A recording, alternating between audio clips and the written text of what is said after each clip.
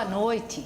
Ansiedade, estresse, depressão, acredite, estes são sentimentos experimentados por muitas crianças brasileiras. Um dos motivos é o fato de os pais, na expectativa de que no futuro os filhos tenham acesso às melhores oportunidades, têm organizado uma extensa agenda a ser cumprida pelos pequenos. Já se foi o tempo que bastava ir à escola e tirar boas notas. Hoje, as crianças estudam inglês, jogam futebol, praticam judô, balé, natação, têm aulas de reforço, música e robótica. Mas para os médicos e especialistas, elas estão mesmo sem tempo para a diversão, o descanso e para as brincadeiras. A experiência em países como a Finlândia, que tem um dos melhores índices educacionais do mundo, demonstrou que à medida que a escola aumentava o tempo livre para as brincadeiras, o rendimento escolar das crianças melhorava. Como equilibrar o tempo que sobra e as atividades na escola?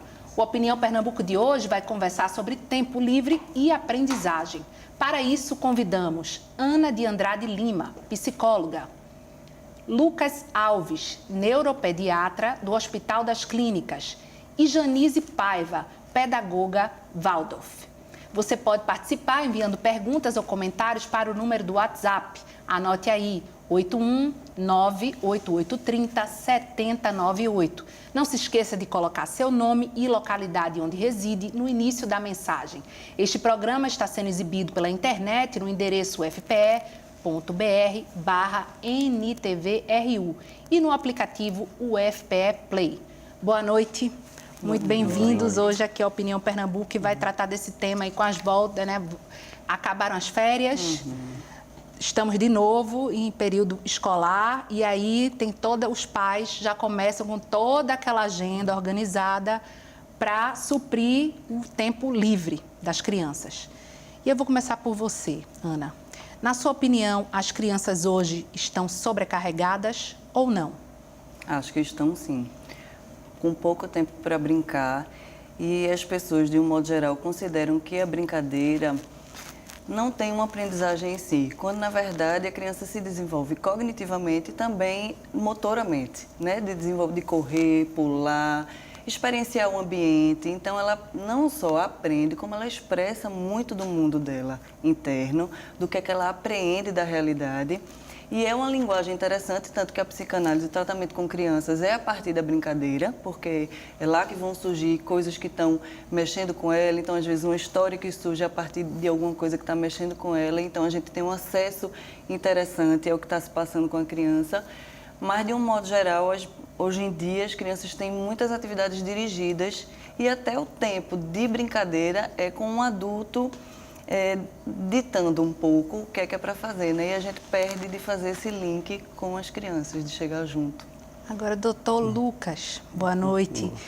Quando ocorre da criança ter uma agenda mais frenética do que supostamente a sua maturidade suporta, isso pode acarretar prejuízos emocionais para a criança? Sim, sem dúvida nenhuma, né? Como a Ana estava falando aqui, com essa sobrecarga das crianças hoje em dia, com mais atividades, né? Muitas vezes os pais têm 2 trabalhos, então não tem tanto tempo para a criança, então procuram suprir essa agenda da criança com outras atividades extracurriculares, né? Como atividade de inglês, uma atividade física, um esporte.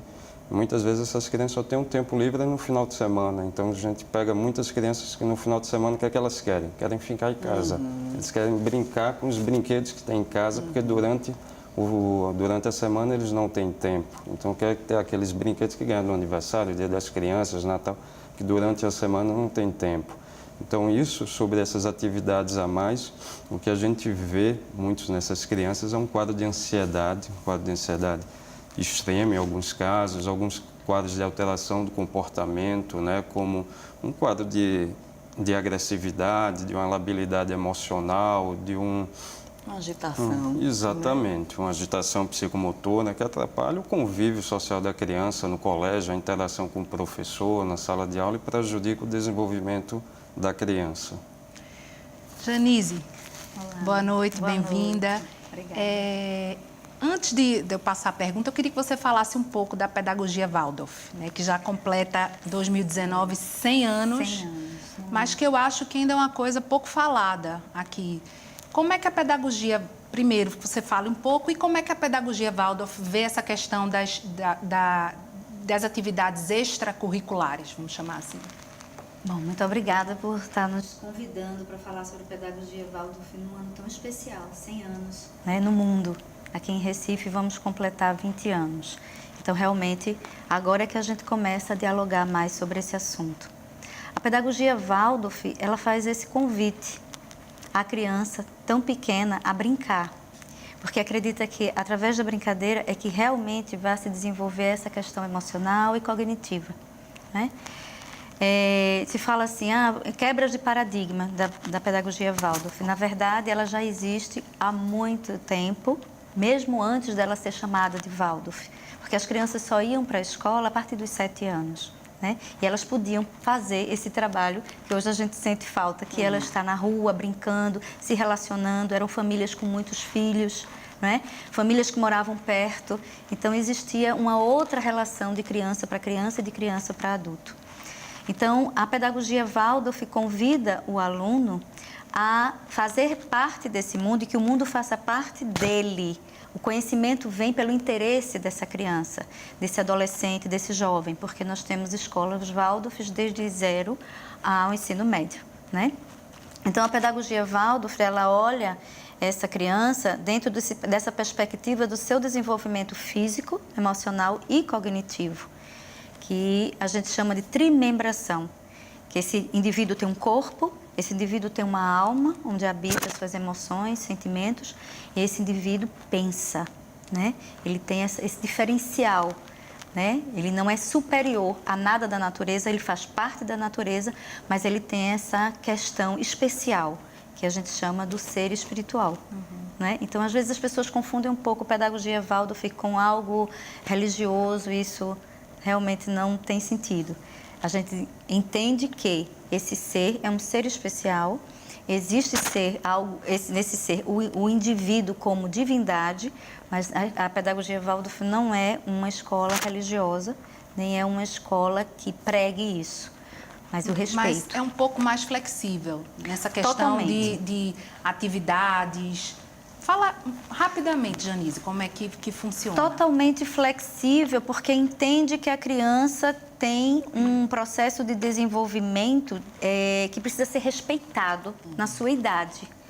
Então, de 0 a 7 anos, não se entende uma criança, dentro dessa perspectiva, ter aulas de inglês, né? Ser sobrecarregada com aulas de esporte, quando dentro da própria escola a gente já faz muitas atividades físicas, a gente já faz muitas atividades artísticas, como expressão também.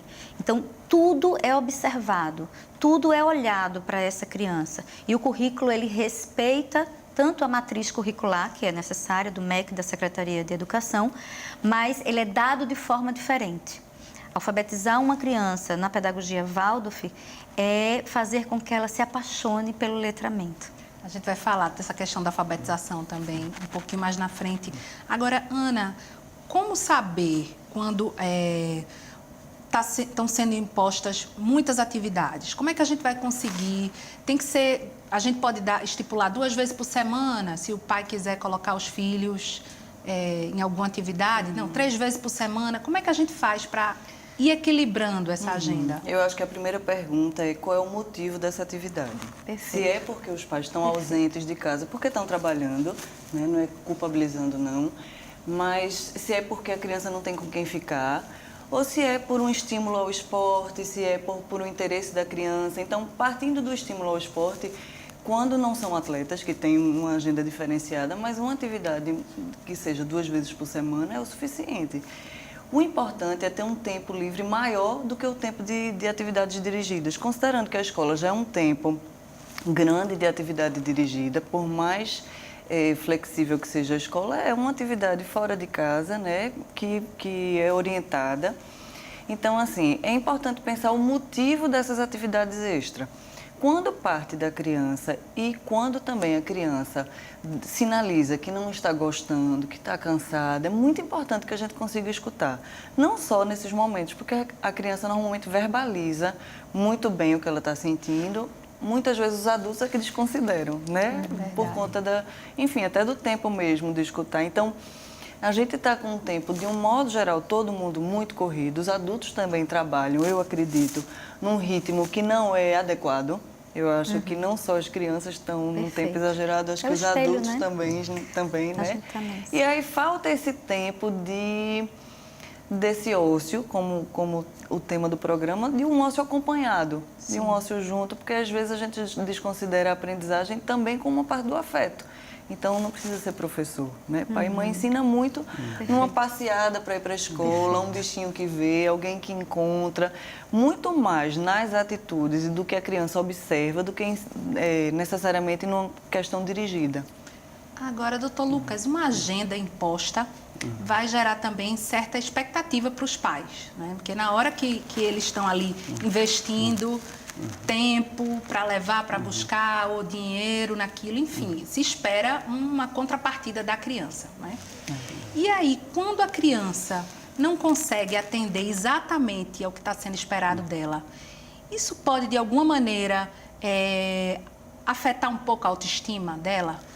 Sem dúvida, né? Porque muitos pais, às vezes, eles refletem na criança o que eles poderiam, o que eles gostariam de ter feito da vida, o que eles gostariam de ter sido, como ser um atleta de repente, ou aprender uma língua estrangeira com determinada idade. E o que acontece na criança tem uma sobrecarga emocional nessas crianças. Então, muitas delas ficam autoestima, ficam lá embaixo dessas crianças, né? Então, importante que, como a Ana estava comentando aqui, escutar a criança. E, às vezes não é só a linguagem verbal da criança, o comportamento dela em casa, como é que ela está chegando, se ela está cabisbaixa, está triste, se ela não tem desejo de ir para o colégio, se ela não demonstra uma vontade de ir para uma atividade física, por exemplo. Hoje estou atendendo um paciente que ele adorava futebol, então todo dia ele é hoje que tem futebol, é hoje que tem futebol. Isso é uma atividade ótima para essa criança. Então, se ela quiser fazer 2, 3, 4 vezes por semana, porque tem prazer, exatamente, não tem nenhum problema. Mas se for uma atividade à noite, um extracurricular, por exemplo, um judô, e a criança não tem aquele desejo de estar cansada, está triste, não tem aquele desejo, então é importante os pais terem essa percepção do desejo da criança, não só da linguagem verbal, mas principalmente da linguagem corporal, de como ela está chegando em casa, da atividade da criança, se ela está se divertindo, está tendo um bom momento lá, ou se fica mais excluída, se não participa, se não tem uma boa relação com as outras crianças dessa atividade extracurricular. Então é importante os pais terem essa percepção da linguagem corporal da criança, até do rendimento escolar também, se o rendimento da criança caiu, as notas caíram. São algumas maneiras indiretas que a gente tem como avaliar o desenvolvimento propriamente da criança. Então, nem sempre tudo é birra, né? Porque existe também uma tendência de achar que é birra, que é hiperatividade, não é? Que é por isso que está agitada. Como é para vocês, Janice, na pedagogia Waldorf? Quando vocês sentem que aquela criança, de repente, não está bem, sente que a criança está sentindo mais ansiosa, tende a ser um pouco deprimida. Como é que vocês veem isso? Primeiro, existe uma coisa que a Ana falou e que o Lucas também, que é a coisa da observação. Que os pais, infelizmente, pela necessidade, a ansiedade de dar para os filhos o que eles não tiveram, ou idealizaram algo, esquecem de observar. E aí, essa é a tônica da pedagogia Waldorf e de uma educação que, mesmo que não seja Waldorf, é observar seu filho. É olhar além das palavras, né? Como o Lucas falou, se está triste, se não está. Então, dentro da pedagogia, todo professor Waldorf trabalha com a observação fenomenológica de Goethe, que é essa observação além do que está sendo dito, verbalizado. E a gente orienta muito isso, os pais. Que nós temos muitas reuniões, é uma grande parceria, né? Então, essas crianças, geralmente, dentro da escola, a gente orienta para que elas comecem algumas atividades extracurricular ou extraescolar, em determinadas idades. Como, por exemplo, começou com 7 anos a ter inglês na escola, a ter música, a ter trabalhos manuais. Então, não tem necessidade de um inglês agora. Deixa para o próximo ano, vamos observá-lo. Vamos ver como é que ele se relaciona com essa nova atividade, né? E vamos dando aos poucos para que ele vá degustando isso. E a gente tem a possibilidade de saber o que é prazeroso e o que não é. Porque uma boa educação é aquela que você dá o que o outro está necessitando e não no que você acha que faltou em você e que precisa.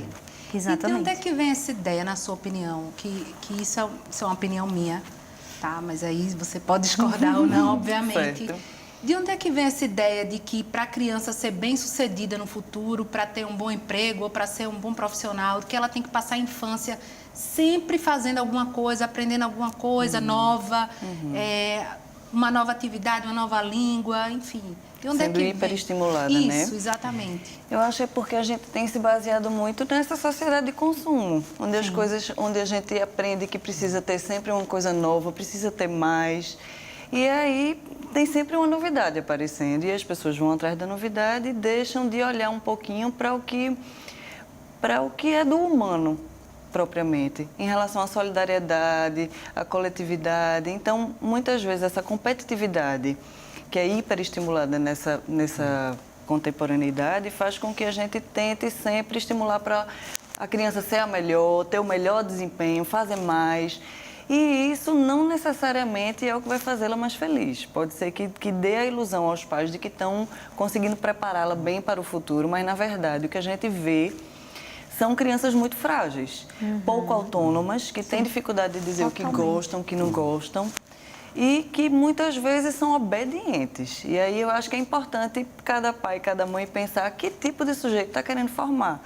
Porque se a gente está querendo um sujeito autônomo, crítico, né, que tem iniciativa de ir em direção do que está precisando, ele não pode ser uma pessoa que não pensa. Né? Precisa ter tempo de pensar e brincar isso. É poder fazer os links da imaginação com a realidade. Vamos para um curto intervalo, hoje falando sobre tempo livre e aprendizagem.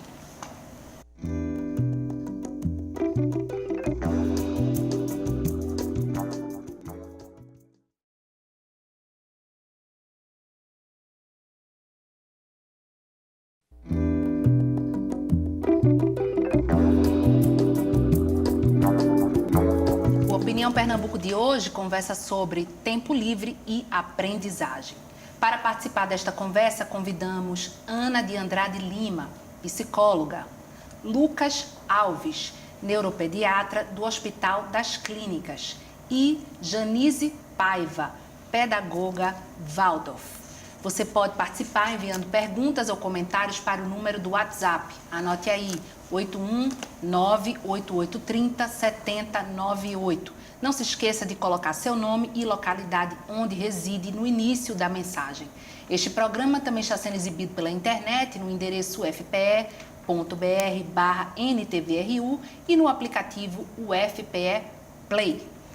Vamos voltar aqui para o nosso assunto. Doutor Lucas, e a gente falou de tudo isso, né? De que os pais estão em busca do melhor, lá na frente de melhores oportunidades. Mas essa sobrecarga acaba afetando o aprendizado infantil?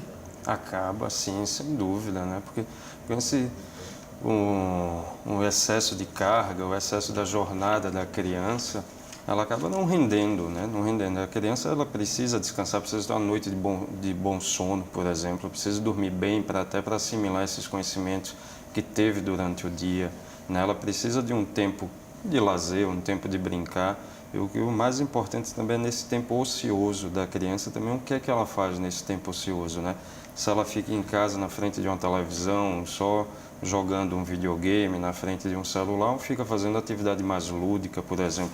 Se tem alguém com a criança para, por exemplo, interagir, desenhar, né? pintar, ler livro, por exemplo. Toda criança adora que lê um livro para ela, porque os livros, com criança nova que não sabe ler, mas ela vê as imagens, tem aquele pensamento lúdico, a imaginação, a criança contar histórias, né? Brincar da imaginação também. Então, isso que é importante. O que é que ela faz nesse tempo ocioso, que isso é de extrema importância também. Agora, Janise, ele tocou num ponto que, na verdade, muitos pais se queixam disso, que se for deixar a criança escolher o que ela quer fazer nesse tempo livre, ela normalmente vai aí para os tablets, para a televisão, para o videogame, enfim, e que por isso acaba colocando em muitas atividades, porque pelo menos está suprindo, está sendo um tempo produtivo. Na verdade, Ana, as famílias já não têm mais tempo como antes para ficar com seus filhos. Como eu falei no início, são pequenas famílias, né? Agora tem um filho único ou 2 filhos. Então, o recurso de mídia é muito fácil. Às vezes você trabalha muito, chega em casa e está exaurido ou exaurida, e aí é um recurso maravilhoso você ali ligar a televisão e deixar o filho naquele momento de hipnose, que é uma postura hipnótica, né? Boca aberta. Isso traz muitos transtornos de má digestão, de hiperatividade, porque no que ele está ali parado, vendo todo aquele movimento, está aqui o movimento interno dele. E aí sai dali com toda a atividade e aí vamos botar em esportes, porque aí ele é muito ativo. Na verdade, ele não é muito ativo, ela não é muito ativa, ela é criança. Criança não entende ócio, ela não tem ócio. Isso não existe, não faz parte do vocabulário, nem do dia a dia da criança. A criança é puro movimento. Então, por si só, ela já está, assim, enchendo a fantasia dela e criatividade para brincar. O que é que a gente faz? A gente dá a televisão, a gente dá um tablet e aí a gente tolhe totalmente a imaginação dessa criança. Tem criança que pede a gente, eu vou brincar de quê? Não é? Então, eu acho melhor colocar ela no esporte, porque aí, pelo menos, ela está se distraindo ou trazendo elementos para um futuro atleta ou uma pessoa que vai poder competir mais. Nada mais é do que o reflexo do que os adultos estão sentindo. A gente está numa tensão, eu digo que é uma energia de competição, e essas crianças, elas são o espelho dessa sociedade agora. Exatamente, né? Porque as crianças são o espelho dos pais. Porque os pais chegam em casa também, ficam o dia todo na frente do celular, na frente da televisão. Muitas vezes são os avós dessas crianças que levam na consulta e falam, não, doutor, o pai e a mãe ficam o dia todo no celular. Então a criança vê o quê? Vê aquilo, vê o pai e a mãe na frente de uma tela com brilho, com som, e pensa, pô, que é interessante, isso que é interessante, né? Eu também quero participar daquilo. Eu quero imitar quem eu admiro. Eu quero imitar. A Academia Americana de Pediatria, por exemplo, ela proíbe a criança até 1 ano e meio de idade, qualquer contato com eletrônico, por conta do prejuízo no cérebro, no desenvolvimento dessas crianças. E aí, Ana, vai ser papel dos pais também proporcionar várias maneiras, várias formas de diversão para esses filhos? É papel dos pais também isso? Veja, eu acho que uma parte é proporcionar, mas uma parte também é suportar o tédio. Sustentar ou não numa hora como essa, porque o recurso mais fácil é você entregar um tablet, um celular, porque muitas vezes a gente está atarefado como pai e mãe, quer fazer outra coisa, precisa fazer outra coisa e lança mão disso. Mas suportar o tédio, às vezes, de dizer um não e ver a criança lá parada, é também o tempo, porque o tédio e essa irritação vai ser a preparação para a próxima atividade criativa. Sim. Porque é a partir disso que ela vai podendo criar. Que estratégia eu vou fazer com isso? Como é que eu vou usar esse tempo que eu tenho? Então, ela precisa parar para pensar, ver os recursos que ela tem em casa, o que é que ela pode fazer, o que é que ela está com vontade. Então, ela vai acionar uma série de mecanismos para chegar à conclusão do que é que ela está precisando naquele momento que ela está querendo. Nem sempre vai ser possível, né? Não, numa hora que é um celular, que a família não está querendo entregar esse celular naquele momento, é sustentar aquele não, porque a partir dali vai surgir alguma ideia boa. Então, como o Janice falou, é muito difícil ver uma criança ociosa.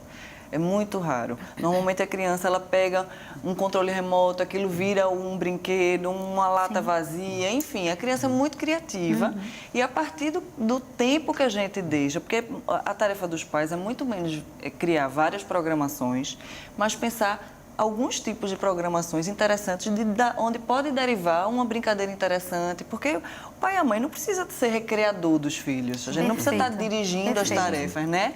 Mas quando vai numa praia, as crianças, o pai não precisa estar o tempo todo dirigindo, brincando, interagindo. É claro que esse momento, quando é espontâneo, é muito rico. O pai e a mãe são enfim, e nas famílias de novas configurações, estou dizendo os responsáveis diretos, são as principais pessoas com quem a criança têm um laço afetivo e elas vão ser as responsáveis por significar essas brincadeiras. Então, quando tem uma interação de muita qualidade, é muito bom. Se é uma brincadeira forçada, não faz o menor sentido, né? O importante é que seja espontânea. Mas é muito menos pensar várias programações para variar, pensar qual é o gosto do pai, porque aí, quando o Lucas estava falando da questão do esporte, me veio na cabeça que a cultura da casa, a dinâmica, se tem pais que se exercitam, as crianças naturalmente vão estar inseridas naquilo, podem gostar ou não gostar, mas vão ter uma posição sobre aquilo. Né? Agora, nessa hora desse brincar, né, que os pais estão em casa e, enfim, nesse momento estão com tempo, um final de semana, estão podendo brincar com a criança. Esse brincar tem que ser um brincar estruturado, por exemplo, ela tem esse espaço para brincar, quando acabar de brincar tem que guardar seus brinquedos, quando for hora do lanche para, tem que ser um brincar assim ou não? O brincar mais saudável é o que a criança vai sozinha desenvolvendo, o que é que vocês têm a falar? Assim, primeiro existe essa questão que você falou do ritmo. Eu preciso findar algo para começar outro. Eu tenho visto muito isso. Os brinquedos ficam espalhados. Primeiro, uma quantidade imensa de brinquedos. Porque a gente tem que preencher um vazio que eu não sei qual é, de dar muito brinquedo. Então, avós, todos dão muito brinquedo para a criança.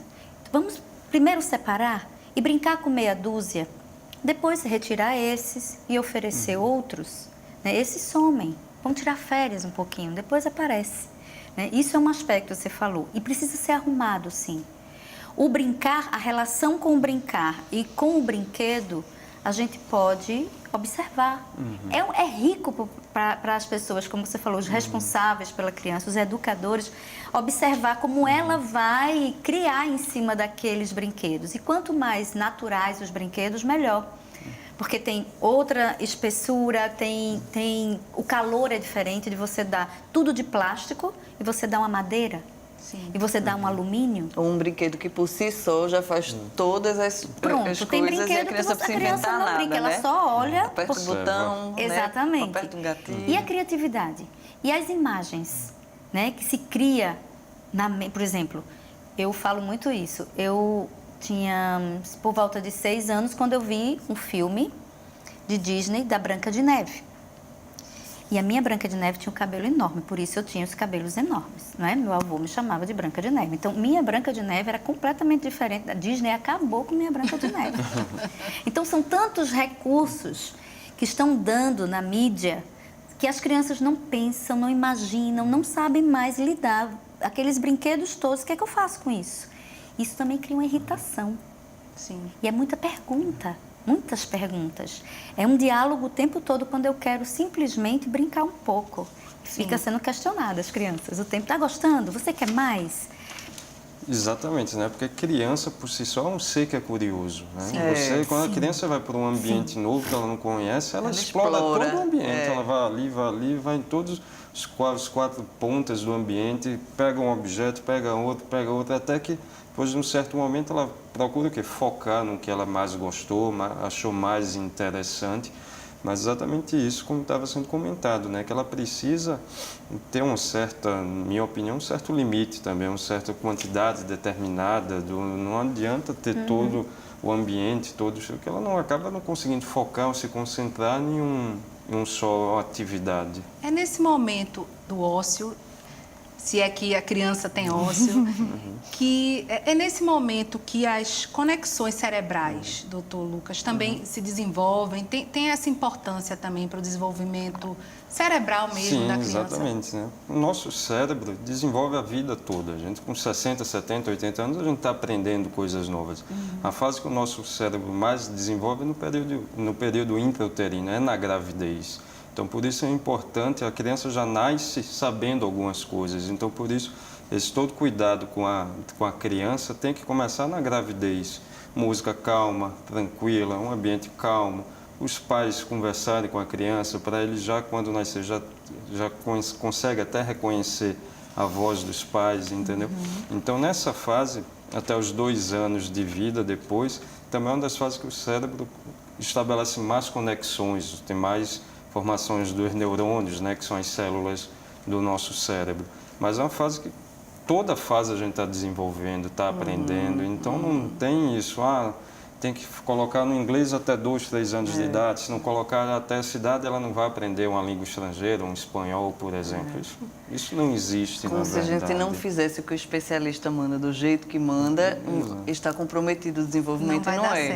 Porque esse exemplo que Lucas dá de ouvir música clássica, ou calma, não foi nem clássica, né? Música calma, de conversar com o bebê, nem todo mundo consegue. E eu acho que também uma parte importante para a gente falar é que às vezes os pais também ficam se sentindo muito tensos, angustiados por não acharem que não estão fazendo o melhor jeito. E eu sempre falo muito que é importante sempre a questão da espontaneidade. Do que vem, claro que a gente não vai ficar, às vezes está muito cansado e aí o que é espontâneo é ficar parado, não é disso que está se tratando.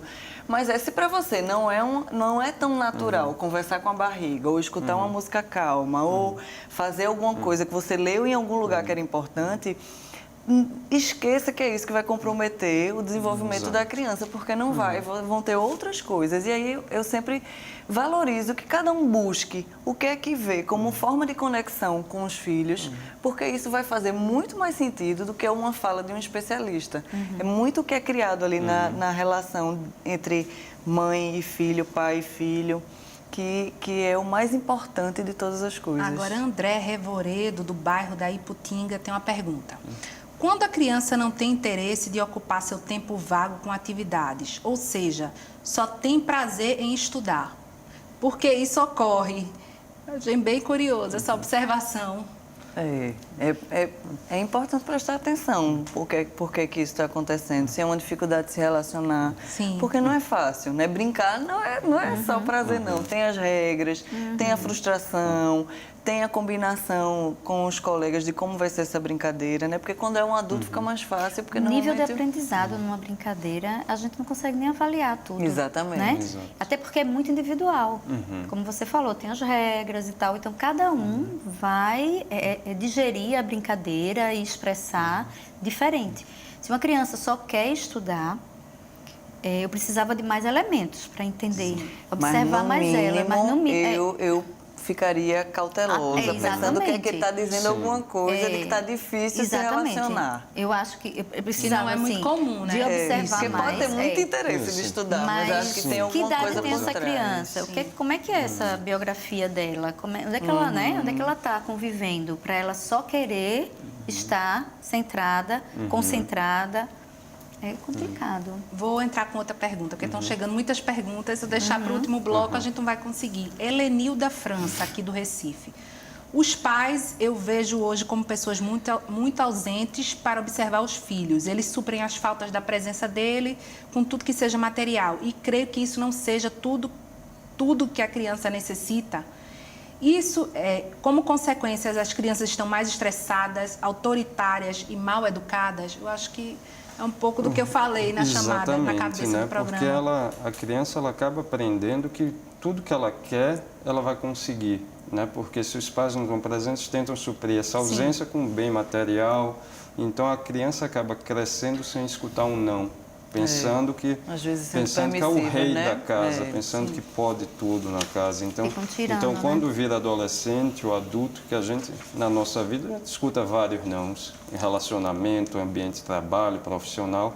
Então, quando essas crianças se tornam adolescentes, adultos se tornam adolescentes e adultos frustrados, com baixo limiar, escuta um não, acaba um relacionamento, entra num quadro depressivo, não consegue lidar tanto com a frustração. Ou quer destruir quem deu não, né? Acontece desses danos emocionais, eu vou chamar assim, não se manifestarem durante a infância e vir depois na vida adulta? Pode ocorrer isso também? Sim, sem dúvida. Pode acontecer, né? Porque muitas vezes isso não está ali na infância, no avô, o tio, o padrinho, no colégio, muitas vezes até essas crianças conseguem ter uma permissão num ambiente familiar de conseguir tudo o que deseja, e quando se torna um adolescente ou na vida adulta, quando vê que a vida não é tão fácil assim como era dentro de casa, é que vai saber que não vai conseguir lidar, na verdade, com esse não, com essa frustração que vai vir na vida adulta. Vamos para um intervalo? Mais um intervalo, o tempo é curto, a gente volta já.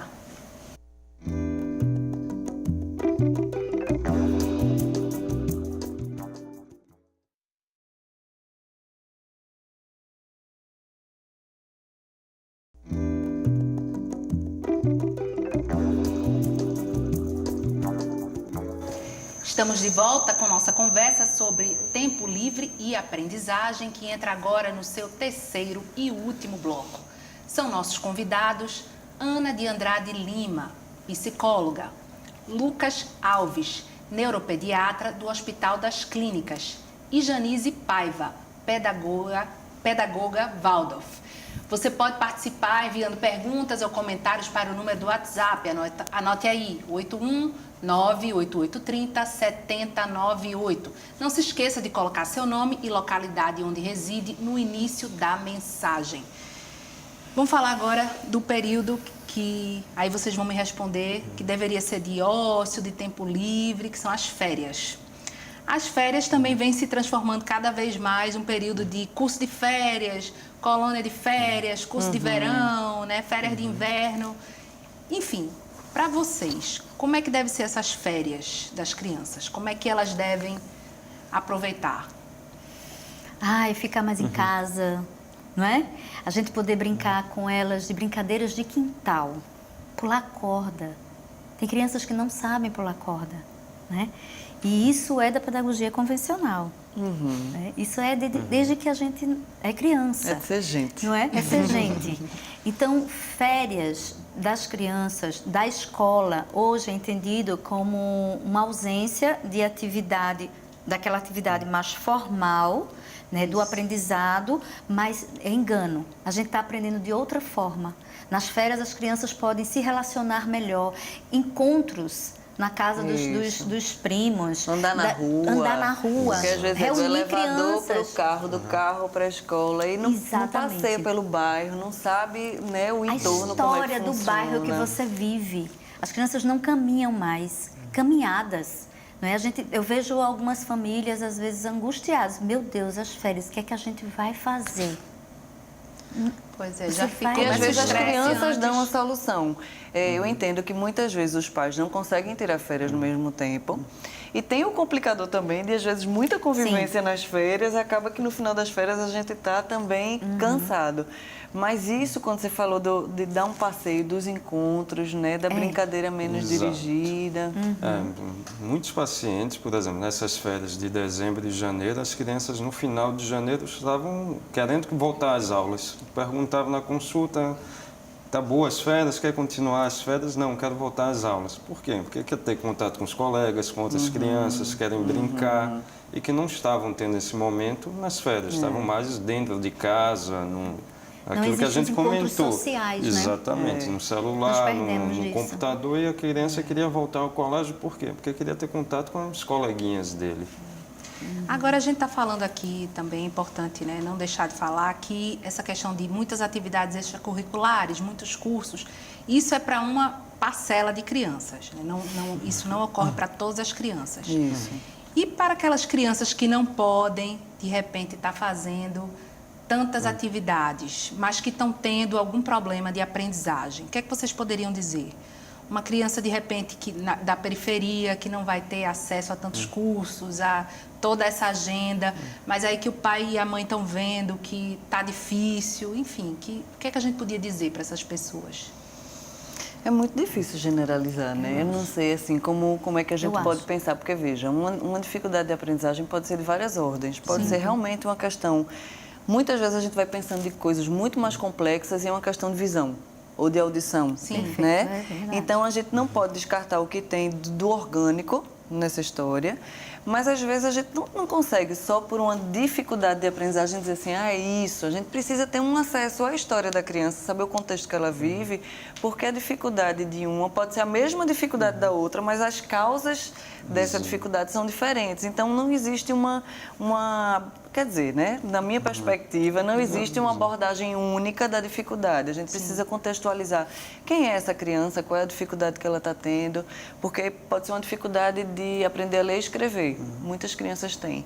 Mas a gente precisa saber qual é a dificuldade de João, quem é João, como foi o nascimento de João, porque não é só o sintoma que conta, né? Tem toda uma história por trás que a gente precisa então ela tem considerar. Que avaliar, essa mãe vai ter que avaliar cada, né, a escola que vive, a cobrança que é feita. Sim, porque pode ou que ser... não é feita de repente. Exato. Né? Porque pode ser desde um problema de aprendizagem propriamente dito, como a descalculia, dislexia, um transtorno de déficit de atenção e hiperatividade, o TDAH. Isso pode ocorrer independente ou não dela ter uma agenda sobrecarregada. É uma coisa inerente a ela, né? Desde um déficit intelectual que o paciente possa ter. Agora, no Brasil, a principal causa de atraso no desenvolvimento é a falta de estímulo. Acaba na periferia, nas cidades do interior, é muita falta de estímulo. A criança que estuda à tarde no colégio, que de manhã acorda 9, 10 da manhã, os pais não fazem a lição, o dever de casa com a criança. Então, algumas vezes é isso, orientar os pais, né? Estuda de manhã, sim, em casa. Estuda de que horas? Uma criança que tem 8, 10 anos de idade e que vai para o colégio sem o pai e a mãe ter corrigido o dever, sem ter aquela hora de estudo, né? Em casa. Então, aí já é o outro extremo, né, do problema, é o contrário, né? E a gente falou lá no primeiro bloco que cada vez mais as crianças estão aprendendo a ler e escrever mais cedo, não é isso? E até assim, uma criança com 4 anos que não sabe fazer o nome, enfim, já é vista com outros olhos. Janise, fala um pouco dessa sua experiência, porque na pedagogia Waldorf as crianças só vão pegar mesmo lá no lápis para tentar escrever com 7. Por quê? Por quê? Na verdade, Ana, tirando a antroposofia, né, de onde a pedagogia bebe a fonte e veio, não é a antroposofia nem a pedagogia Waldorf que afirma, é a neurociência que afirma que a criança não tem maturidade neurológica para determinados tipos de atividade, como, por exemplo, essa atividade de tirar do quadro, baixar a cabeça, uma pinça, né, bem pequenininha, uma fina, né, essa motricidade fina, para fazer esse movimento que para nós é muito tranquilo, essa criança tem todo um processo para chegar até aí. O Lucas estava falando dos primeiros anos, né, da criança. Então, até 3 anos, andar, falar e estar pensando e conectar com as ideias para poder se comunicar. Veja quantos estímulos neurais você está tendo. Exato. Mas você não tem maturidade. A sua audição, como eu sou fonoaudióloga também, então a audição é diferente. Você ouve diferente. Tem que ter uma maturidade desse nervo auditivo, do nervo óptico, para você poder identificar os códigos linguísticos. Então diz, a pedagogia Waldorf não alfabetiza no primeiro setênio, né, nos primeiros 7 anos. Não convencionalmente, não como a gente foi, eu digo, mas eu não fui, só fui para a escola com 7 anos. E meu avô tinha escola. Ele achava que criança tinha que ficar em casa mesmo e brincar, né? E isso já há algum tempo, né? Então, não tem maturidade para isso. A gente está, na verdade, estimulando essa criança. Ela vai responder, porque a criança, ela se molda muito, né? E nessa fase, ela está imitando. Ela quer, alguém faz, aí eu quero fazer, eu acho interessante e eu vou fazendo também, né? Mas, na verdade, essa criança não está preparada fisiologicamente, neurofisiologicamente, para esse tipo de atividade. Ela precisa pular corda, ela precisa subir e descer, ela precisa fazer esses exercícios ópticos que a gente não faz. Muitas crianças tendo problema visual, tendo que ir para o oculista, tendo que fazer exercícios, porque essa musculatura está frágil. Não está desenvolvida ainda. Não, porque não faz atividade de criança. E muitas crianças saem da escola Waldorf ou do jardim Waldorf para uma escola convencional, que a gente chama hoje convencional, e elas já saem lendo. Por quê? Se ela nunca pegou no lápis. É porque ela está pronta, né? Ler é como amar, eu digo. Você não diz, olhe para ali e ame. Não, você vai enamorando.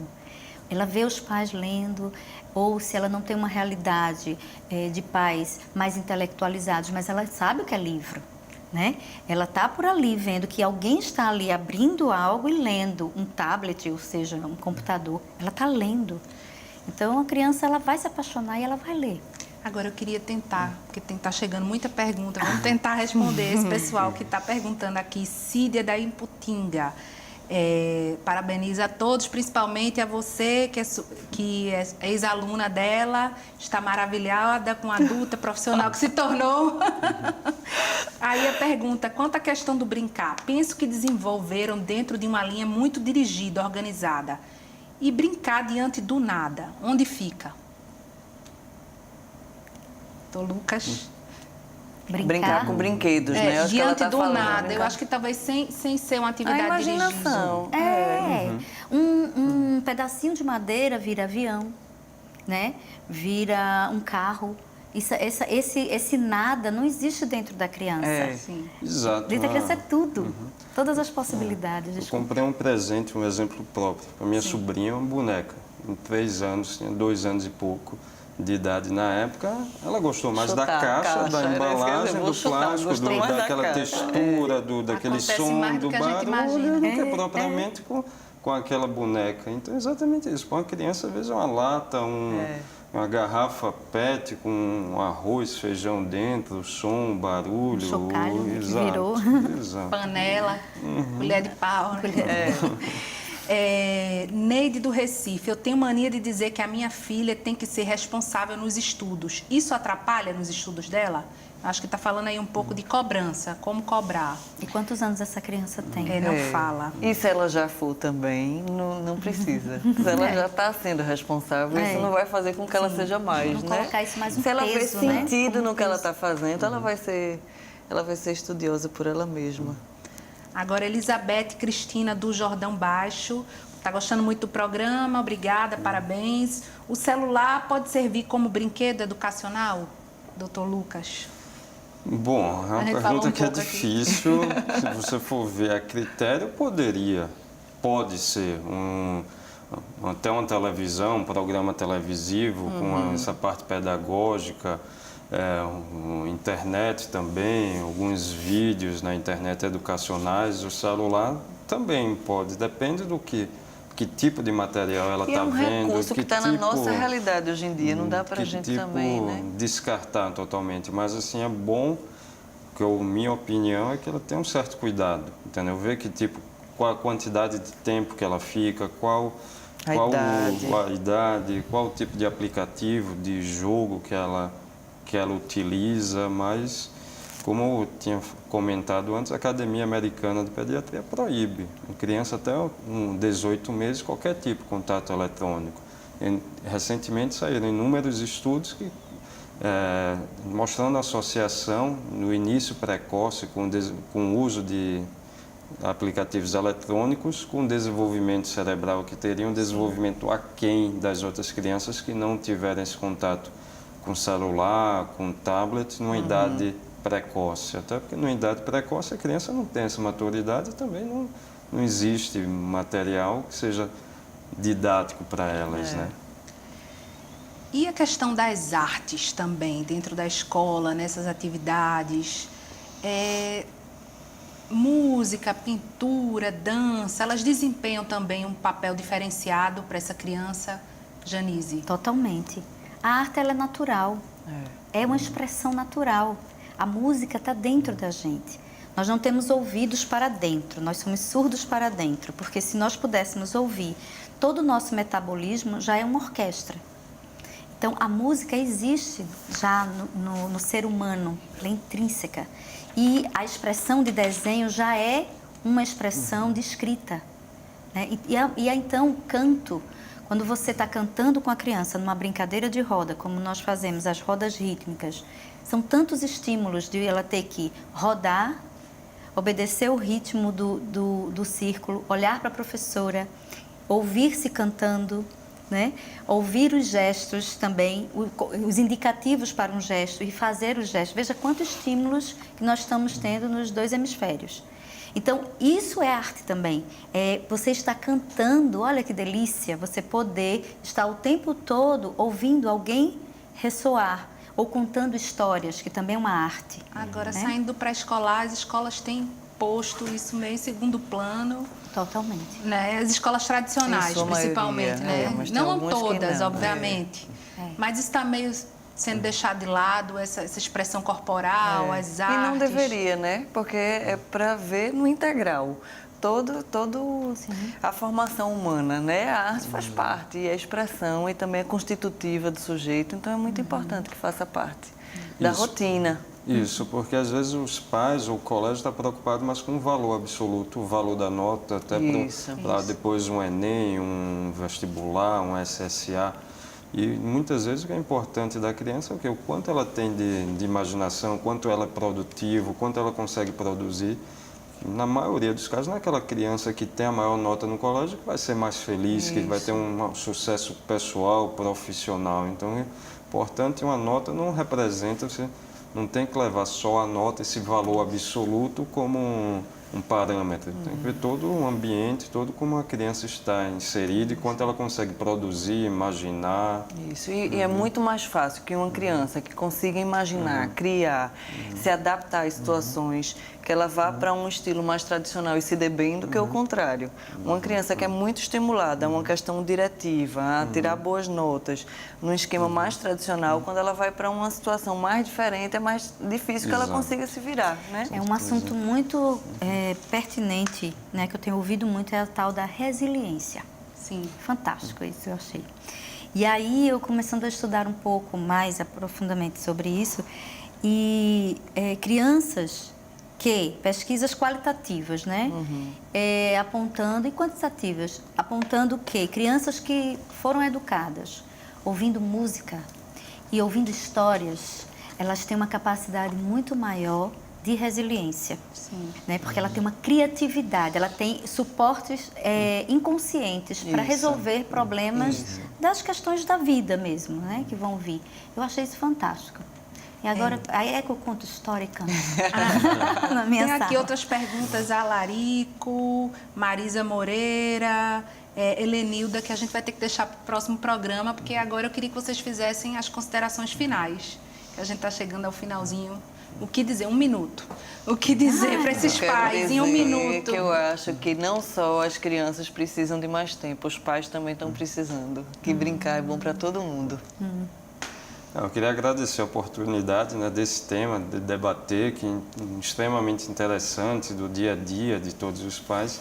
Exatamente isso, né, dos pais procurarem ter mais tempo da criança, que não é aquele pai e mãe que dá o mais, que trabalha mais, que dá aquele bem material para compensar. Muitas vezes é o que gasta, o que tem mais tempo para a criança. Né? Há pouco tempo eu atendi um paciente, filho de médico, que a mãe disse que ele não tinha tempo para a criança.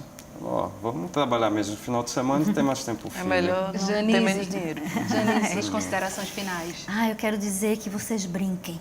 Brinquem, brinquem, brinquem. Lembrem como é bom brincar, porque às vezes a gente quer proporcionar ao filho algo e a gente esqueceu que a gente tinha 4, 5, 6 anos. Lembrem-se quando vocês tinham 6 anos e gostavam de pular corda, brincar, de ir se esconder. Não é? Então vão brincar. Vamos experienciar isso de novo. Opinião Pernambuco de hoje fica por aqui. Muito obrigada pela sua audiência, muito obrigada pelas suas perguntas e até o nosso próximo encontro.